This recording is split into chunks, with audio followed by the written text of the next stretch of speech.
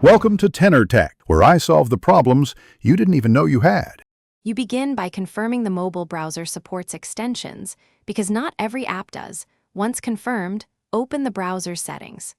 You enable extension or developer mode so the app can accept add-ons, and you download the extension package or open its store page. Make sure to note permissions requested, since mobile storage and privacy differ from desktop. Now that prerequisites and the first actionable steps are done, you're ready to move into installation and configuration. You tap the browser's Install or Import control and select the downloaded CRX or XBI. If the browser uses a store, choose Add. Once installed, you must grant only the permissions needed because overpermission risks data exposure on mobile.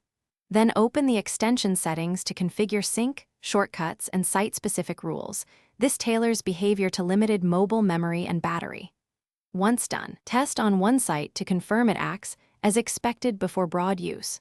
You finish by testing the extension across the sites you'll use.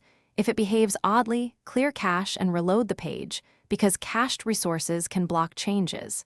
If problems continue, disable other extensions to detect conflicts, and monitor battery and data usage since mobile limits matter.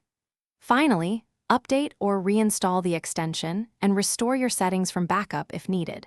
If nothing works, record the error and contact support.